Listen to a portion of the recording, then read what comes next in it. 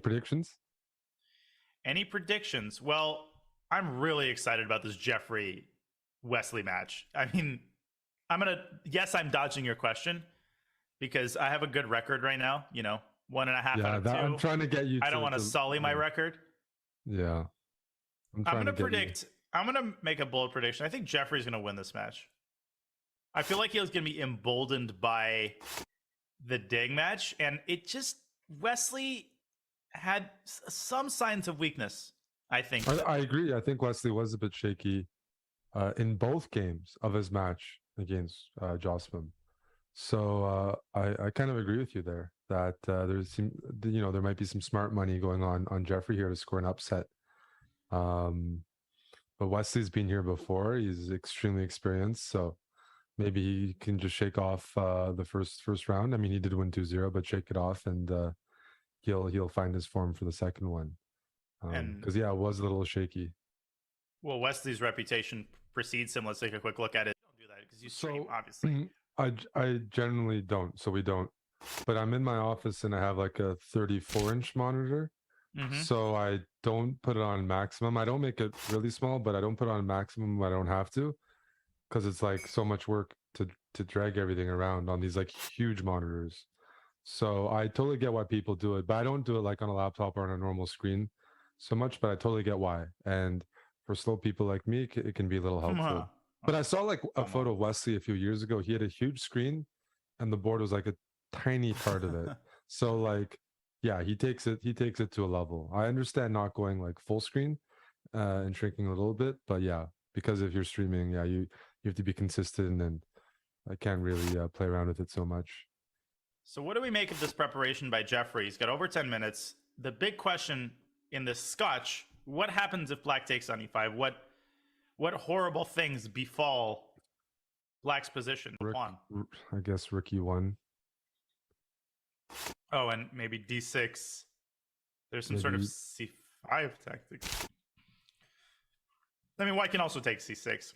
There could be c5, or there could be taking c6. Maybe taking on c6, and then like, yeah, I'm guessing taking on c6. This is probably all preparation. I think the scotch is like, it's a bit more of a common choice in rapid. If your opponent doesn't have enough time to remember the theory, they can fall into trouble. If they do remember, okay, you're probably not going to get anything, but I understand the try. There's some forcing variations, and he's going to check Wesley's preparation in these open positions. Rook AB8 is full of venom, because what could happen here, and I've seen a lot of scotch games go down like this, these sacrifices on c4 are pretty thematic. Like if white moves the knight away from d2, black can snap on c4 and then sack on b2, and the queen bishop battery is absolutely deadly. So Jeffrey keeps his knight on d2 and embarks on another very thematic idea, the h pawn storm. Looks pretty good to me. It does. I mean, are there some knight a4 ideas here? Are there some like knight a4 right now? Wow. I'm curious. No, that looks great. So if you take... You gave the ideas. Bang, bang, and then there's a mate coming on b2. Now this is over. Does white have a move here? Because if you move the bishop back, obviously... Queen a3, yeah.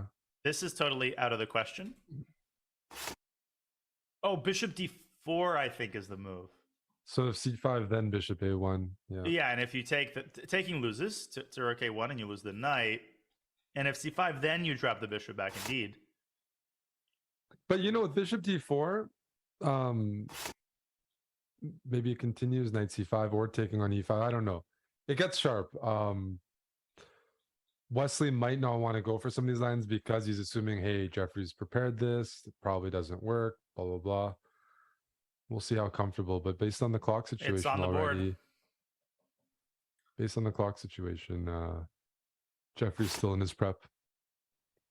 Yeah, and this is exactly what you wanted for Jeffrey. You want to drag Wesley into early time pressure, because that's the only spot where he's shown signs of weakness consistently, is when he's got, when you're in a time scramble, that's Jeffrey's best chance. So excellent preparation for Jeffrey, and we'll see if Wesley can navigate the twists and turns in this position without having seen it before.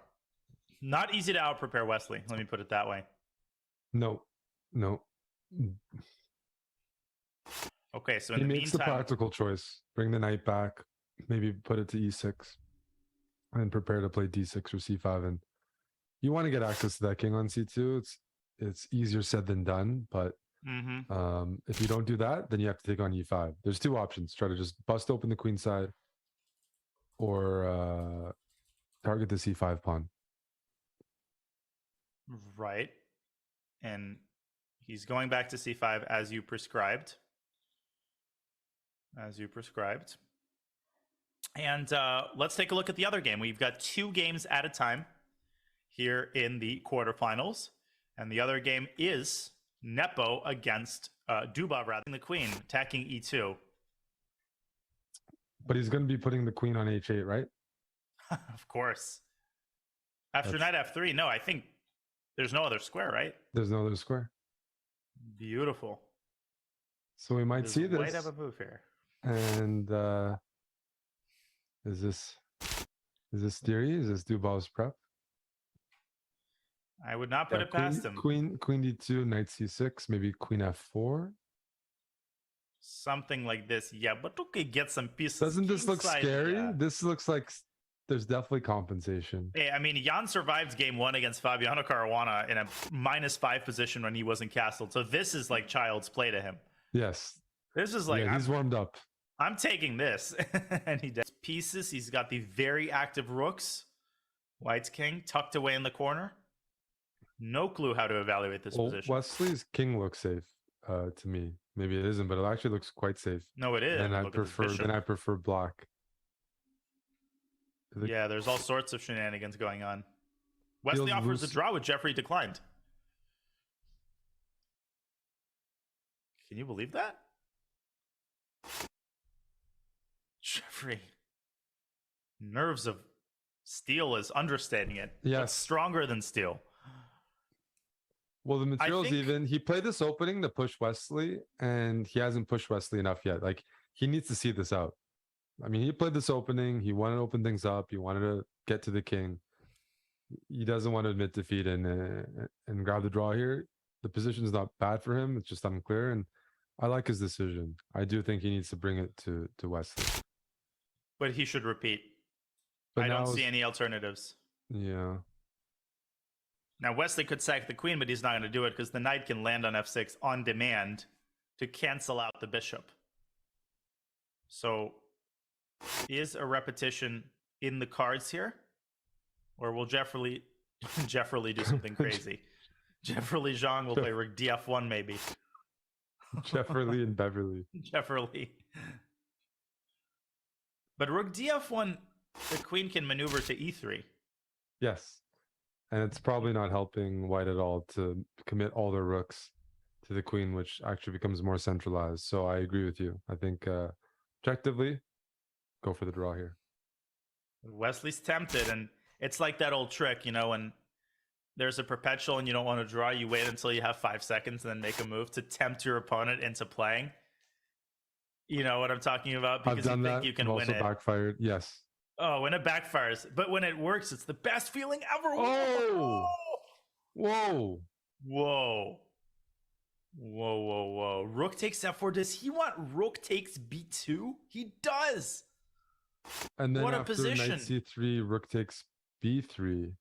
With mate threats galore. Can you harass that bishop? Can you go like oh, that is queen d5, rook takes b3, and rook a3 mate. No, you didn't. Oh. Bang, bang, bang. Ladder mate. Wesley. He's you like, don't want to draw? And I took offense to that when the draw got turned down. Like, okay, you don't want to draw? You don't get one. Uh-oh. Jeffrey's in big trouble. That is a nasty variation, and it's so hard to find a move. He's got a minute and a half. Clock dwindling. What is the actual... the threat is rook takes b3 check, right? Yes. Okay, so knight c3, rook takes b3. That just looks totally lost, actually. It is. Yeah, it looks definitely lost. It looks awful. And then in some lines, you can just take the rook on f4 while you're waiting. I have no idea. Knight c3, rook takes b3, rook f3. What idea rook is takes that? a3, queen a2. Then rook takes c3. Oh, you don't. I love this. You don't take the queen, you take the knight with a totally devastating discovery. 50 seconds. Jeffrey's not finding a move here. Knight f6 check. Doesn't do much on account of king h8. Oh, and then rook d4. But still, rook takes b3. Something seems off here. Oh, man. That draw for looking real good right now. Yeah. Knight g4 take is a move back, as take well. the Knight draw. d7. No, this is Ooh. Whoa, what a liquidation. Jeffrey found the best line. The I only think way so. to stay I in the think game. there's like a million ways to lose that. And this one, you're down 2 pawns, but all of black's pawns are weak, including the a pawns. So there's still some holding chances. You just need to. That's an impressive hold by Nepo. It most That was certainly a is. crazy game as well. And Jeffrey's about to go down. Here, yeah, Wesley in a winning technical position. Oof. Absolute buzzsaw. God, Wesley. I wish Wesley was in the candidates. The way his form right now is out of this Definitely. world. It's out of this world. I mean, the consistency.